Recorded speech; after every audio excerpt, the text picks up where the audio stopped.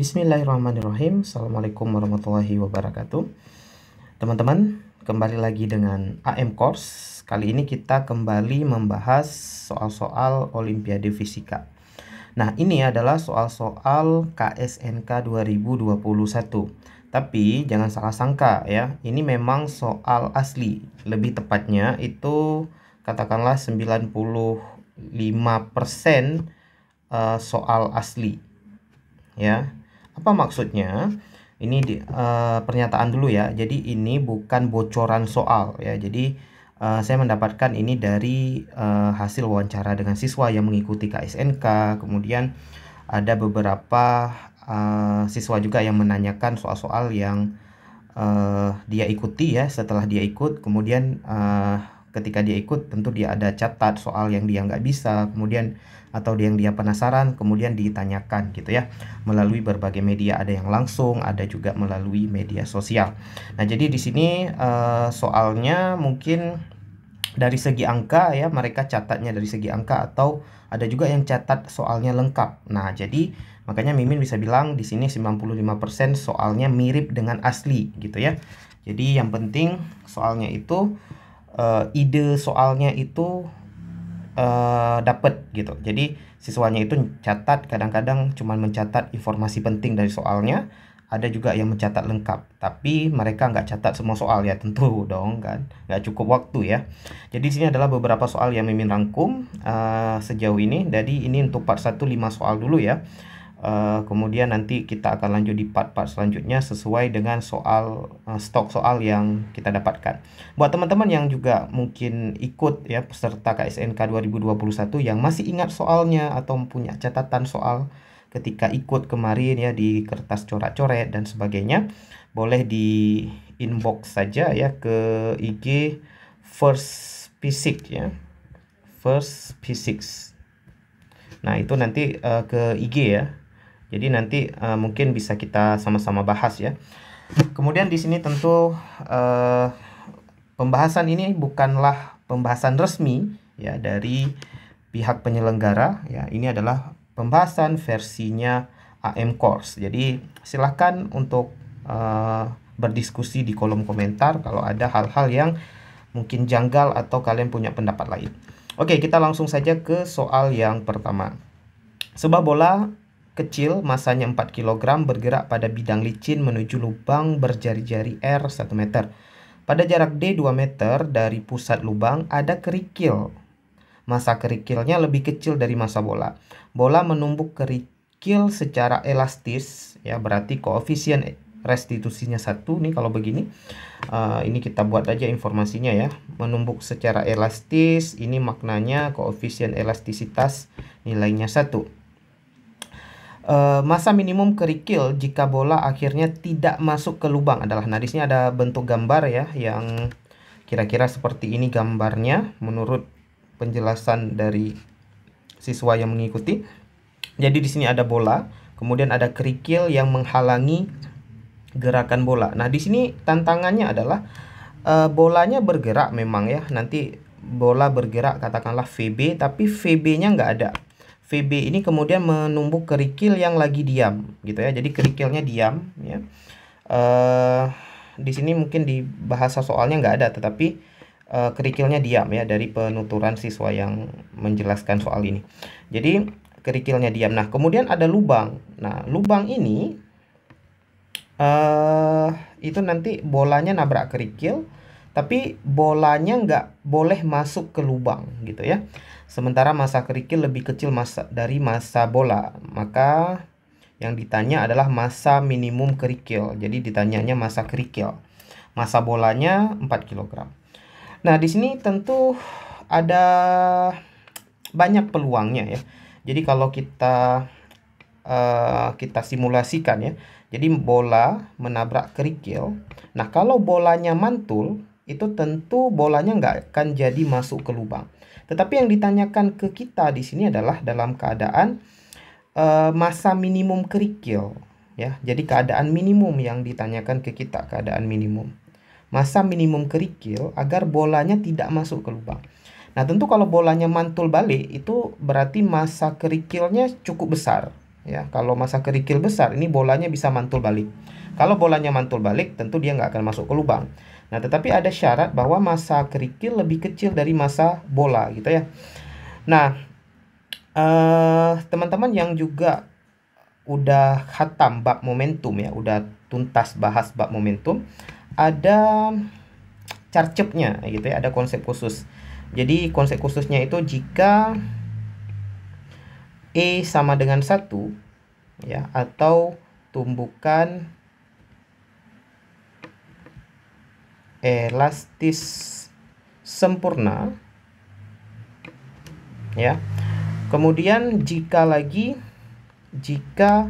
M1 sama dengan M2. Jadi intinya kalau memenuhi dua syarat ini, kalau tumbukannya lenting sempurna atau E sama dengan 1 terpenuhi, M1 sama dengan M2 terpenuhi, ya. Jika ini dua terpenuhi, syarat dua ini terpenuhi, maka benda bertukar kecepatan. Gitu ya. Ini cara cepatnya. Ada konsepnya gitu ya. Jadi teman-teman bisa buktikan gitu ya, atau bisa tanyakan ke guru atau pembimbingnya kenapa ini bisa terjadi ya. Jika koefisien restitusinya 1 atau tumbukan elastis sempurna, kemudian massa benda sama, maka benda bertukar kecepatan. Sehingga kalau misalnya begini, massa kerikilnya diam, bolanya bergerak dengan kecepatan 2 meter per second. Maka setelah tumbukan, nanti keadaan setelah tumbukannya, kerikilnya jadi bergerak 2 meter per second, bolanya jadi diam. Nah, ini keadaan bertukar kecepatan. Nah, jadi jika, nah ini masih saya bahas peluang-peluang yang mungkin terjadi ya. Jadi jika masanya sama, masanya sama, maka kerikilnya itu bisa aja nggak masuk lubang, bolanya bisa aja nggak masuk lubang, karena setelah bertabrakan dengan kerikil, bolanya jadi diam. Maka dia tidak jadi masuk lubang kalau dia diam. Paham ya maksudnya ya? Nah, tapi dalam soal dipersulit sedikit. Dipersulitnya gimana? Masa kerikilnya lebih kecil dari masa bola.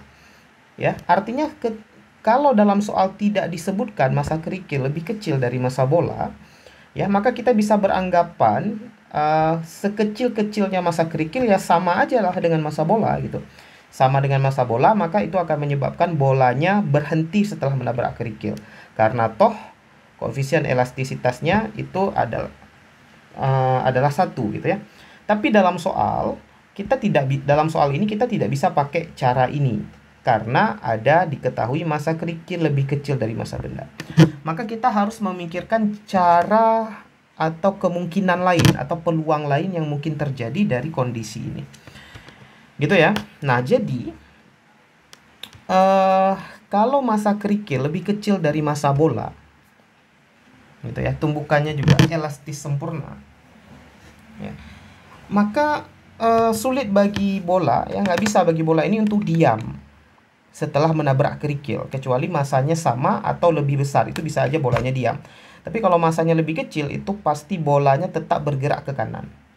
Jadi pada kondisi ini ya, menurut saya ya, teman-teman bisa nanti mungkin punya pendapat lain. Ini bola ya, bola tetap bergerak ke kanan setelah tumbukan. Nah, kalau dia tetap bergerak ke kanan setelah tumbukan, maka dia kan jatuh ke lubang gitu ya, anggapan dasarnya gitu. Tapi di sini dikatakan bolanya tidak boleh masuk ke lubang. Ya, bola tidak masuk ke lubang. Itu artinya gimana? Dia jalan ke kanan, tetapi nggak boleh masuk ke lubang. Maka kemungkinan yang terakhir adalah, ya, kita copy aja ya gambar ini ya teman-teman, biar cepet gitu ya. Sorry, kita copy. Nah, jadi biar cepet. Nah, gitu. Jadi kemungkinan yang lain adalah agar bolanya tidak masuk ke lubang, maka tumbukannya haruslah 2 dimensi. Ya, gitu ya. Maka setelah tumbukan, ya,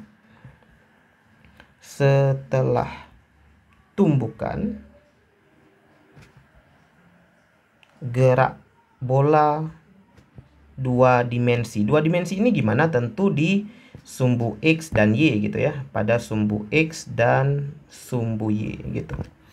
Nah, jadi logikanya teman-teman, setelah tumbukan itu nanti kedua bolanya itu kita buat di sini ya. Setelah tumbukan itu, kalau ini kita ambil kembali lingkaran gitu ya. Set gini.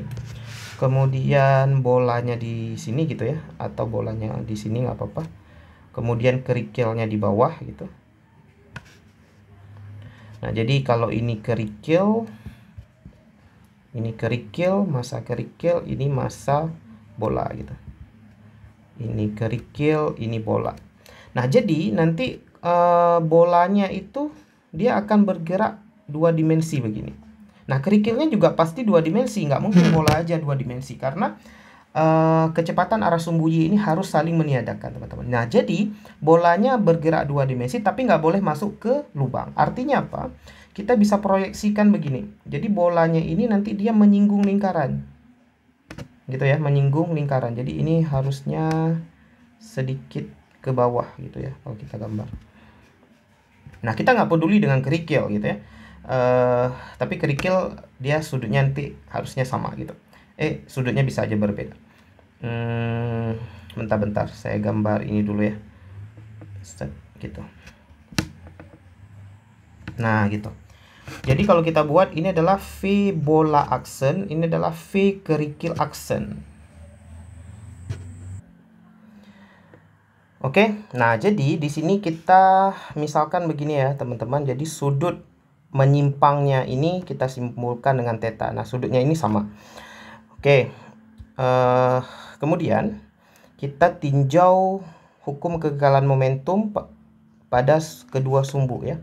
Jadi di sini kita buat pada sumbu X. Nah, pada sumbu X awalnya bolanya bergerak. Jadi hukum kekekalan momentumnya MB VB, bola kerikilnya diam. Sama dengan MB VB X aksen gitu ya. Ditambah M kerikil V kerikil X aksen.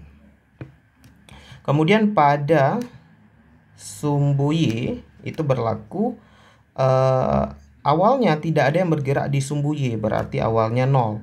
Pada akhirnya pada akhirnya bola dan kerikil bergerak pada sumbu Y ya. Jadi MBV BY aksen gitu ya. Nah, tetapi kalau kita lihat di sini teman-teman ya, bolanya ke atas ya. Bolanya akan bergerak ke atas. VBY aksen, kerikilnya akan bergerak ke bawah. V kerikil, VKY aksen. Nah, karena ke bawah berarti minus. M kerikil, ini kok jadi merah, sorry. Minus M kerikil, V kerikil aksen, sumbu Y. Maka kita bisa buat di sini bahwa nilainya M kerikil, atau kita buat M benda aja ya. M benda, V benda di sumbu Y aksen sama dengan M kerikil, V kerikil di sumbu Y aksen. Nah, jadi kalau kita proyeksikan ya, kalau misalkan ini VB aksen, sudut theta di sini, maka di sini tentu VB cos theta, yang ke atasnya tentu VB sin theta, ya kan? Maka kalau di sumbu Y berlaku untuk kerikil juga gitu ya. Jadi MB VB aksen, sumbu Y sin theta, MK VK aksen sin theta. Nah, sin tetanya dicoret aja karena sudutnya sama.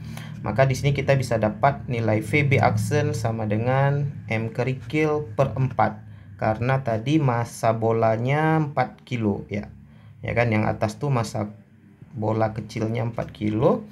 Berarti dikaliin VK aksen. Nah, kita kembali ke sumbu X. Kita kembali dulu ke sumbu X, teman-teman. Jadi di sini jadinya 4, kita langsung masukkan angka aja. 4 kaliin VB. VB-nya biarin aja VB karena belum tahu. 4 VBX. Nah, VBX aksen itu adalah VB aksen cos theta yang ini tadi ya teman-teman, yang kita uraikan tadi di sebelah kanan, ditambahin massa kerikil, V kerikil aksen itu di sumbu X adalah V kerikil aksen cos theta. Nah, kita substitusikan saja teman-teman VB-nya kemari. Ya, kita substitusikan VB aksennya ke situ, berarti 4 VB sama dengan 4 dikaliin, karena kita masukkan VB-nya, VB aksennya MK per 4, jadi 4-nya hilang ya. Jadi di sini menjadi MK kaliin VK aksen cos theta ditambahin MK VK aksen cos theta. Oke. Nah, di sini berarti menjadi 2 kali gitu ya. Bentar. Ya, nggak ada yang silap ya, teman-teman. Jadi di sini menjadi, kalau kita langsung tulis 4 VB sama dengan 2 MK VK aksen cos theta. Atau 2 kali VB sama dengan MK VK aksen cos theta. Nah, kita simpan dulu teman-teman. Kita mau carinya MK ya, massa kerikil, tetapi kita nggak punya VK aksen, kita juga nggak punya VB, maka kita butuh satu persamaan lagi lah minimal. Jadi satu persamaan lagi kita bisa ambil dari koefisien restitusi ya. Jadi E sama dengan tentu V1 aksen kurang V2 aksen per V2 kurang V1, ini rumusnya ya. Nah, koefisien restitusi ini rumusnya itu berlaku pada sumbu Y ya, berlaku pada sumbu X ya teman-teman, karena tumbukan sentral, tumbukannya itu di sumbu X. Sumbu Y-nya itu saling menghilangkan ya. Jadi E-nya 1, kemudian V1-nya itu kita anggap bola aja. Jadi di sini V bola aksen di sumbu X tentunya kurang V kerikil aksen di sumbu X. Per V2-nya berarti V kerikil dikurangin V bola ya. Oke, kita lanjutkan dulu. Berarti 1 sama dengan, nah VB aksen di sumbu X itu tentu VB aksen cos theta tadi kurang VK aksen cos theta per VK-nya adalah kecepatan kerikil awalnya 0, kecepatan bolanya ya VB. Nah, kalau kita pindahkan ke kiri, maka di sini menjadi min VB. Ya, min VB, atau kita tulis VB aja berarti dibalik ya, VK aksen cos theta kurang VB aksen cos theta. Nah, di sini kita masukkan dulu VB aksen yang tadi kemari agar jawabannya dalam VK gitu ya. Kita masukkan kemari, kita substitusikan, berarti kita dapat VB sama dengan VK aksen cos theta dikurang. Ini berarti VB aksennya dimasukkan, berarti MK per 4 VK aksen cos theta. Nah, baru yang ini kemudian kita substitusikan. Nah, katakanlah yang tadi yang kita simpan yang tadi, ini adalah persamaan 1. Ini adalah persamaan 2. Kemudian kita tinggal substitusi 2 ke persamaan 1. Kita substitusi nilai VB-nya. Gitu ya. Atau ini bisa kita sederhanakan nggak ya? Atau biarin aja lah. Kita substitusikan. Maka kita dapatkan adalah 2 VK aksen. Bentar. Ada ke... Ya. 2 VK aksen cos theta dikurang dikali 1/4 berarti MK per 2 VK aksen cos theta gitu ya. Bentar, ada yang silap nggak ya di sini? Yang kita substitusikan adalah VK aksen ya, ini nggak muat nih kayaknya.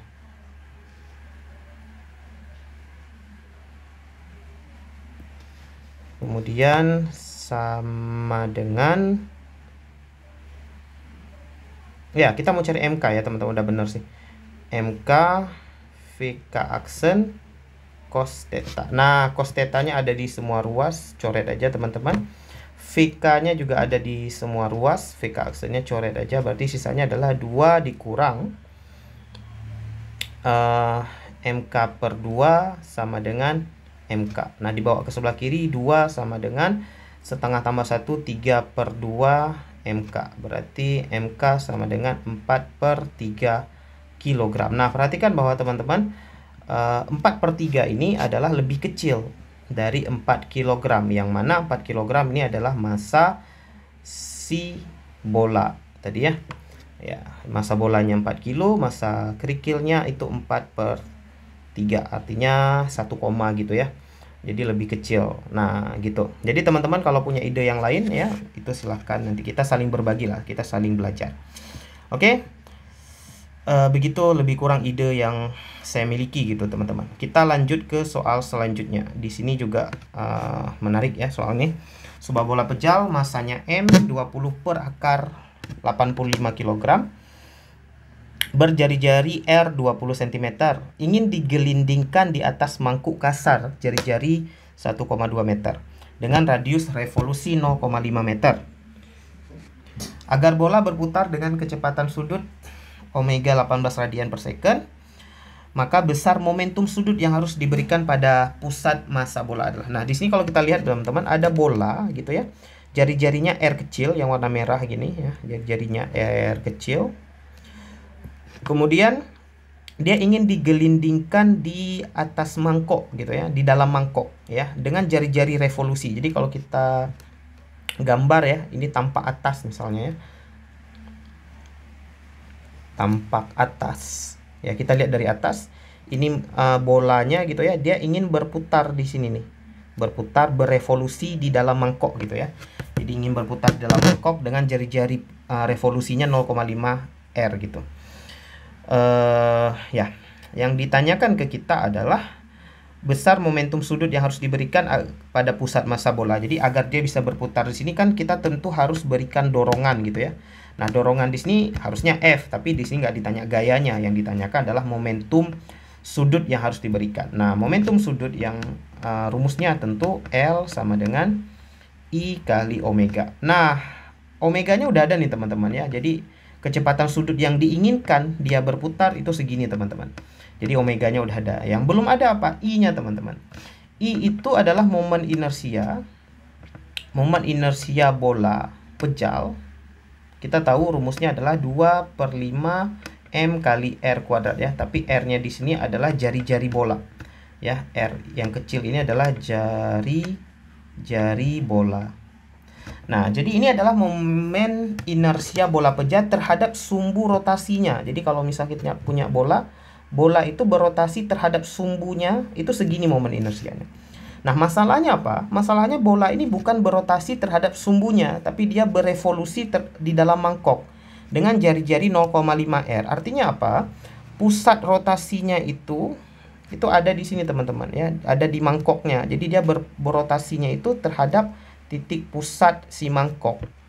Maka kita harus pakai yang namanya teorema sumbu sejajar. Jadi teman-teman belajar yang belum belajar ya, ini harusnya kalau anak olim pasti udah belajar teorema sumbu sejajar. Ini untuk mencari momen inersia suatu benda jika porosnya digeser pada suatu jarak terhadap pusat massa.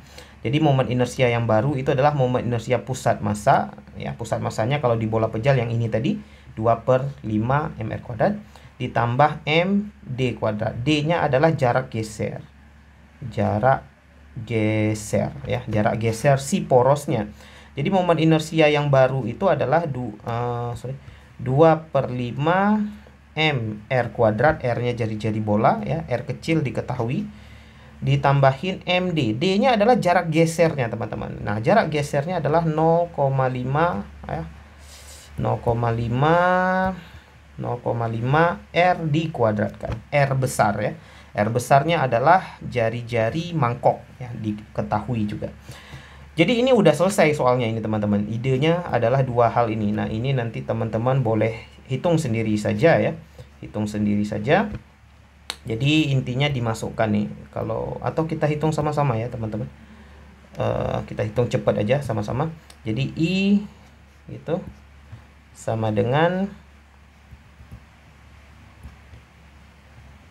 I sama dengan 2/5, masanya tadi berapa saya lupa, 20 per akar 85. Oh angkanya, oh ya ini kan kita boleh pakai kalkulator ya teman-teman, jadi aman lah kalau boleh pakai kalkulator. Jadi 20 per akar 85, di sini adalah 20 per akar 85, R nya adalah 20 cm, berarti 0,2 dikuadratkan ditambahin 20 per akar 85.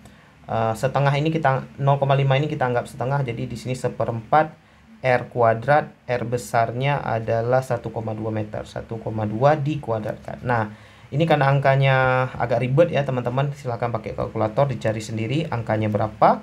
Sudah dapat nilai I, kemudian nilai I nya disubstitusikan kembali ke persamaan L ini ya, jadi nanti dapat nilai L itu berapa gitu ya. Oke, idenya begitu. Next, soal nomor 3. Sebuah balok bermasa 10 kg sedang diam. Nah, di sini soalnya sebenarnya mudah, teman-teman, tapi di sini banyak siswa yang penasaran ya, sehingga bertanya. Di sini agak aneh gitu, sehingga banyak yang kebingungan ya, sehingga saya bahas saja lah. Sebuah balok bermasa 10 kg gitu ya. Ini anggap aja ada balok di sini adalah 10 kg. Ini masanya ya, kita buat di luar aja lah, massa 10 kg. Nah tentu kalau kita buat ke bawah ada gaya berat 100 Newton gitu ya, ke atas ada gaya normal, kalau dia diam berarti 100 Newton juga. Nah balok ini didorong dengan gaya 200 Newton, nggak ada yang aneh di sini ya, didorong dengan gaya, atau kita buat warna biru, sorry teman-teman, kita buat warna biru dengan gaya 200 Newton, masih normal aja ya. Tapi balok tetap diam. Nah, di sini jadi didorong dengan 200 Newton tapi tetap diam. Tetap diam. Artinya apa? Berlaku sigma F sama dengan 0. Artinya apa? Kalau ada gaya dorong F, maka harus ada gaya yang melawan. Nah, gaya yang melawan ini apa? Tentu gaya gesek. Gaya gesek kan gitu ya. Gaya gesek. Kita tulis di sini gaya gesek. Ya, udah. Jika diketahui lantai kasar dengan koefisien gesekan statis mu S, nah mu S-nya ada, tetapi nggak diketahui nilainya, maka gaya gesek yang bekerja. Nah, coba teman-teman ya, kalau kita buat di sini, F kurang F ges sama dengan 0, kan gitu ya. Didorong dengan gaya 200, ya, harus ada yang nahan dong. Nah, yang nahannya itu adalah gaya gesek. Berarti gaya gesek sama dengan 0, maka F sama dengan F ges, kan gitu ya. F-nya 200, maka gaya geseknya sama dengan 200. Nah, di sini rata-rata siswanya jawabnya begini, teman-teman. Tetapi apa yang anehnya? Ya, yang anehnya adalah kalau kita cek, teman-teman, secara konsep ini sebenarnya salah. Salahnya di mana? Salahnya begini. Koefisien gesekan ya, itu maksimumnya nilainya 1, teman-teman. Koefisien gesekan itu udah paling kasar atau sangat kasar. Jadi koefisien gesek itu maksimumnya 1. Sehingga kalau kita cari secara rumus ya, koefisien gesekan statis maksimum itu kan tentu mu S kali N. Nah, mu S itu kalau maksimumnya aja 1, teman-teman.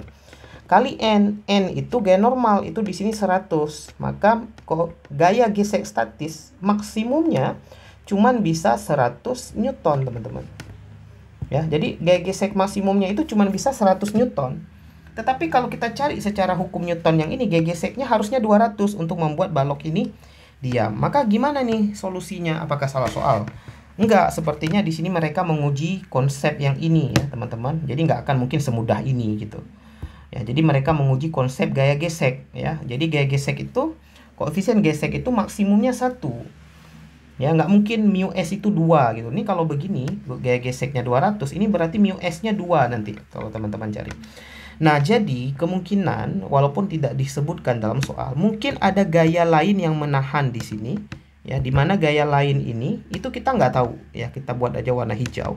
F yang ini kita nggak tahu, ya, tetapi gaya gesek yang diperbolehkan, yang mungkin, gaya gesek yang mungkin itu cuman maksimumnya 1, ya, yang mungkin itu, Kok 1 sih? 100 gitu ya. Karena gaya gesek, koefisien gesek yang mungkin itu cuma 1 gitu ya. Nilainya 1. Jadi gaya gesek di sini kalau menurut saya jawaban yang paling tepat itu 100. Ini pun nilai gaya gesek maksimum gitu ya, 100 Newton. Tapi kalau kalian jawabnya 200, kalau menurut saya sih itu salah ya. Karena kalau 200 ini akan menghasilkan koefisien gesekan nilainya 2 gitu. Dan ini salah secara konsep. Oke gitu teman-teman ya, ini memang soal-soal yang menjebak gitu ya. Next, soal nomor 4. Sebuah bola dengan massa 0,5 kg terikat pada ujung tali yang sangat ringan, oke, dan melakukan gerak rotasi vertikal dengan jari-jari 75 cm. Kecepatan bola 5 meter per second pada posisi mendatar. Oke, berarti ini gambarnya lebih kurang begini teman-teman. Nah, ya. Oke, jadi kita punya bola gitu digerakkan pada lingkaran vertikal ya. Nah, pada saat posisi mendatar tuh boleh di kanan, boleh di kiri teman-teman ya. Jadi kita buat di kanan aja. Pada saat posisi mendatar, ini kecepatannya, ini kita nggak tahu mutarnya kemana ya. Kita anggap mutarnya searah jarum jam aja mutar. Oke, karena mutarnya ke sini berarti saat di sini ya, berarti kecepatannya V-nya adalah 5 meter per second. Anggap aja ini adalah keadaan 1, berarti ini adalah V1. Yang ditanyakan ke kita adalah gaya tegangan tali saat bola berada di titik terendah, berarti lebih kurang di sini. Ya, ini adalah keadaan 2-nya. Di sini tentu ada tegangan tali ke atas, ya, tegangan talinya berapa. Nah, tentu untuk benda yang bergerak melingkar seperti ini ditanyanya gaya, kita harus pakai konsep gaya sentripetal. Nah, gaya sentripetal ini sigma F sentripetal M kali V kuadrat per R rumusnya. V kuadrat per R. Nah, karena yang ditanyakan tegangan tali T, ya, kita langsung gunakan gaya sentripetal pada keadaan 2. Nah, gaya sentripetal itu gaya yang menuju ke pusat, ya, itu positif. Jadi di sini kalau kita gambar, ke atas ada tegangan tali, ke bawahnya ada gaya berat. Maka di sini menjadi T kurang mg sama dengan M V kuadrat per R. Nah, tapi hati-hati teman-teman. V di sini kita nggak boleh masukkan 5 meter per second. Karena 5 meter per second adalah kecepatan benda saat di posisi 1. Di sini kita harus tulis V2. Nah, di sini bendanya bergerak dengan kecepatan V2. Nah, V2 ini kita belum tahu nilainya. Ya, karena secara logika aja teman-teman, benda mutar ya, ketika dia mutar posisi di atas dengan di bawah itu kecepatannya ya tentu beda gitu ya. Tentu beda. Maka kita cari dulu kecepatan V2. Dari mana carinya? Dari hukum kekekalan energi mekanik ya. Jadi energi mekanik keadaan 1 sama dengan energi mekanik keadaan 2. Nah, hukum kekekalan energi mekanik ini kita butuh acuan tanah itu H sama dengan 0, kita anggap di bawah ya. Kalau H sama dengan 0 di bawah berarti energi potensial di bawah itu 0 gitu ya. Jadi di atas itu di sini kita buat EM itu tentu EK1 tambah EP1 EK2 tambah EP2.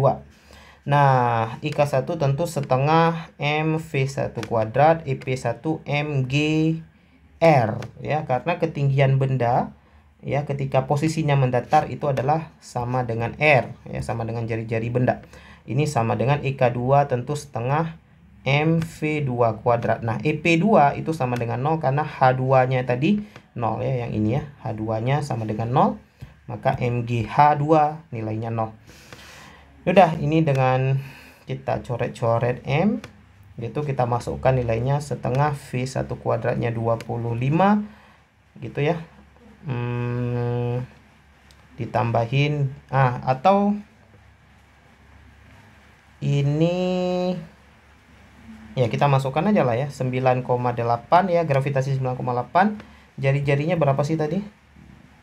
Jari-jarinya 75 cm ya, 0,75 meter sama dengan setengah V2 kuadrat. Berarti kalau setengahnya kita kaliin ke kiri ya, berarti V2 kuadrat sama dengan 25 ditambahin 9,8 dikaliin 0,75 kali 2 itu 1,5.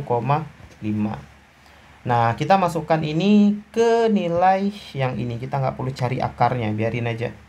Paling ini kita selesaikan matematika, kita masukkan kemari. Jadi nanti teman-teman selesaikan aja. T kurang MG-nya itu berarti gaya berat, masanya berapa sih tadi? 0,5 kilo ya. Jadi aman, diketahui semua. 0,5 kaliin 9,8 sama dengan 0,5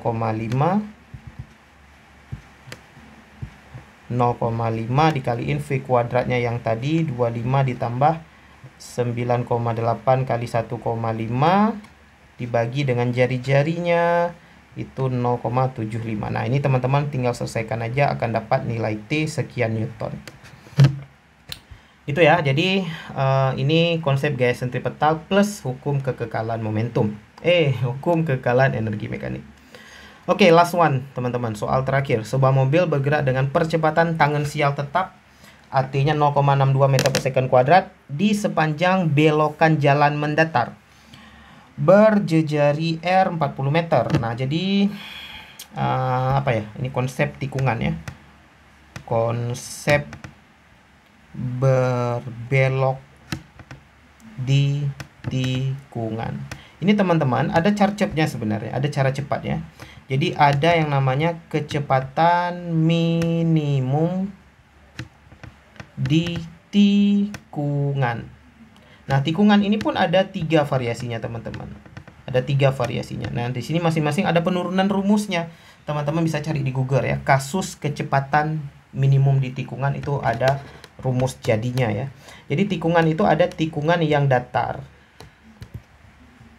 Tikungan datar kasar.